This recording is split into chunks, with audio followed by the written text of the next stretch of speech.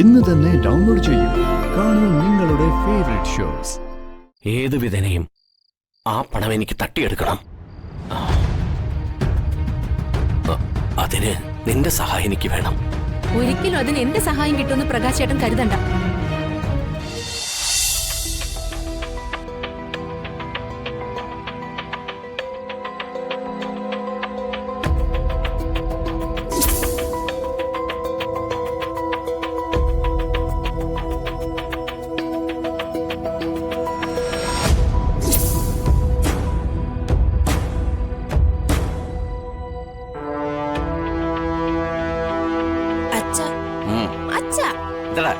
എനിക്കൊരു കഥ പറഞ്ഞുതരൂ.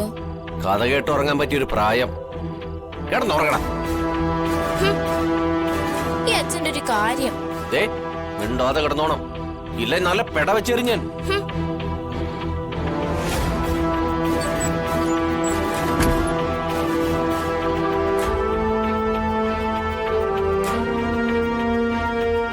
പ്രകാശേട്ടൻ എന്താ ഉറങ്ങിയില്ലേ? കിടന്നിട്ട് ഉറക്കം വരുന്നില്ല. അതെന്താ ഉറക്കം വരാത്തെ? കാരണമൊന്നുമില്ല, ഉറക്കം വരുന്നില്ല. എന്നാ ഞാൻ പറയട്ടെ കാരണം എന്താന്ന്. ഊർമിള ആന്റി കൊടുത്ത പണമല്ലേ പ്രകാശേട്ടന്റെ ഉറക്കം കെടുത്തുന്നത്. ആ പണം എങ്ങനെ തട്ടിയെടുക്കാം എന്നല്ലേ പ്രകാശേട്ടന്റെ ചിന്ത. എന്താ ഞാൻ പറഞ്ഞതല്ലേ സത്യം? അതെ, അത് തന്നെയാ സത്യം. നാണമില്ലല്ലോ പ്രകാശേട്ടൻ ഇങ്ങനെയൊക്കെ ചിന്തിക്കാൻ. അച്ഛന്റെ കയ്യിൽ നിന്ന് പണം തട്ടിയെടുക്കുന്നത് ചിന്തിക്കുന്നത് തന്നെ പാപമല്ലേ? ഒരിക്കലും ഒരു മകൻ ചെയ്തുകൂടാത്ത പാപം അത്. മകൻ ചെയ്യുന്നത് മാത്രമേ പാപമാവുന്നുള്ളൂ, അച്ഛൻ ചെയ്യുന്നത് പാപമല്ലേ? അതിന് അച്ഛൻ മകന്റെ കയ്യിൽ നിന്ന് പണം തട്ടിയെടുക്കുന്നതിനെ കുറിച്ചൊന്നും ആലോചിച്ചില്ലല്ലോ. അത് മാത്രമല്ലല്ലോ പാപം. 5 മക്കളുണ്ടെങ്കിൽ അവർ 5 പേരെയും ഒരുപോലെ കാണുന്നതിന് പകരം ഒരു മകനോട് മാത്രം പ്രത്യേകം വാത്സല്യം കാണിക്കുകയും ഉള്ള സമ്പാദ്യം മുഴുവനും അവന് കുടിച്ചു കൂത്താടം കൊടുക്കുന്നതും പാപമല്ലേ? പെൺമക്കളെ വിട്ടേക്ക്. അച്ഛൻ ജോലിയിൽ നിന്ന് പിരിഞ്ഞപ്പോ കിട്ടിയ തുക 2 ആൺമക്കൾക്ക് വീതിച്ചു കൊടുക്കാത്തത് കൊടും ചതിയാ. ഈ പണം ആർക്കും കൊടുക്കാൻ ഞാൻ സമ്മതിക്കില്ല. അത് എനിക്ക് തന്നെ വേണം. വെറുതെ പാപം കിട്ടുന്ന കാര്യങ്ങളൊക്കെ ആലോചിച്ച് ഉറക്കം കളയാതെ കിടന്നുറങ്ങാൻ നോക്ക്.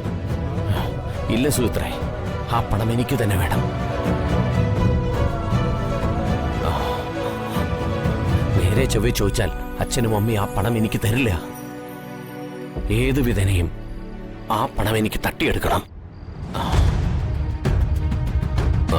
അതിന് നിന്റെ സഹായം എനിക്ക് വേണം. ഒരിക്കലും അതിന് എന്റെ സഹായം കിട്ടുമെന്ന് പ്രകാശ് ചേട്ടൻ കരുതണ്ട.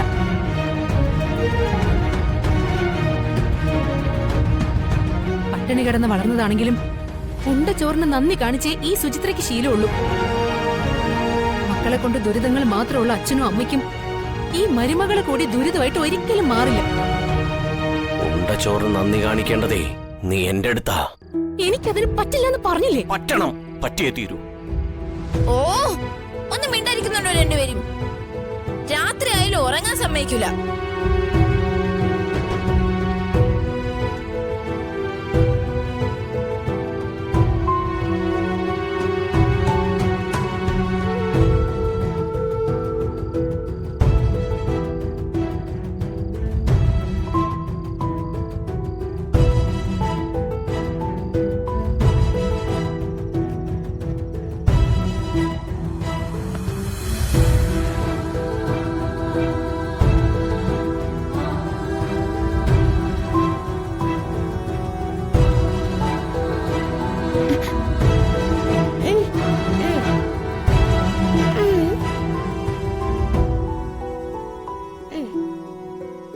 ദിയമോള് നടക്കും, ഇവിടെ അങ്കിളും ഇവിടെ വന്ദനമ്മയും കിടക്കും. ഈശ്വര, ആകെ കുഴപ്പമായല്ലോ. ഞാനും ജഗനും ഒരുമിച്ചല്ല കിടക്കുന്നെന്നുള്ള കാര്യം ദിയമോൾ അച്ഛനോടും അമ്മയോടും ചെന്ന് പറഞ്ഞ അവർക്കത് സങ്കടാവും. ഇനിയിപ്പോ എന്താ ഒരു വഴി?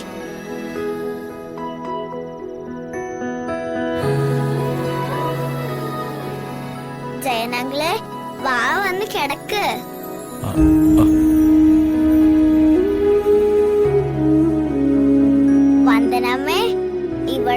കിടക്ക്.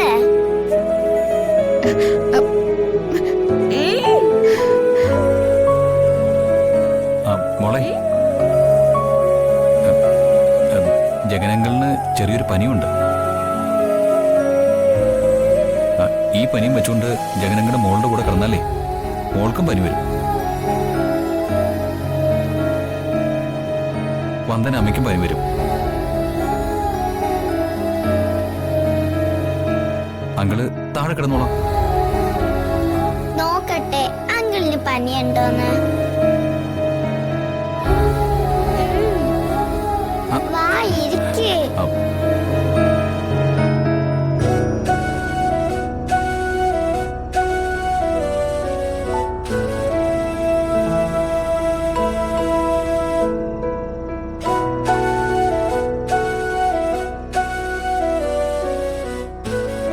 വെറുതെയാ, അങ്കിളിന് ഒരു പനിയും ഇല്ല.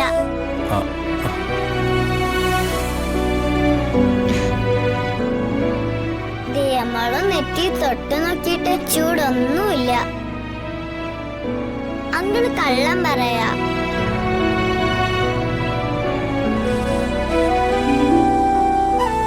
അങ്കിള് വന്ന് ദിയമ്മളടുത്ത് കിടക്ക്, അല്ലെങ്കിൽ ദിയമ്മൾക്ക് സങ്കടാവും.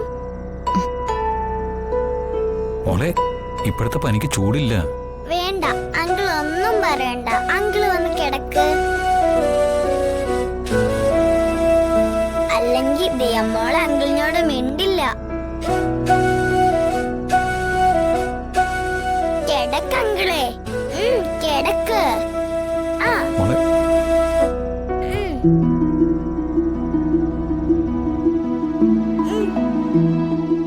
കിടക്ക് വന്ദനാമേ.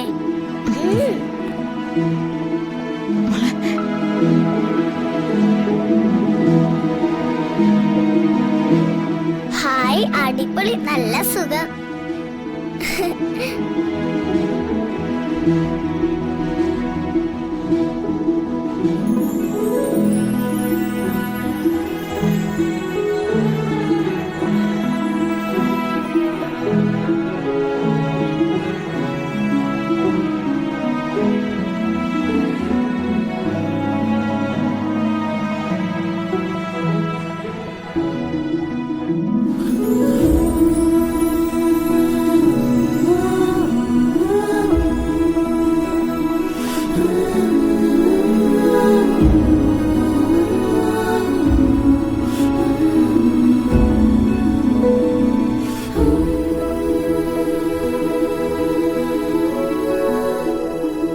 മാനത്തെ കൊട്ടാ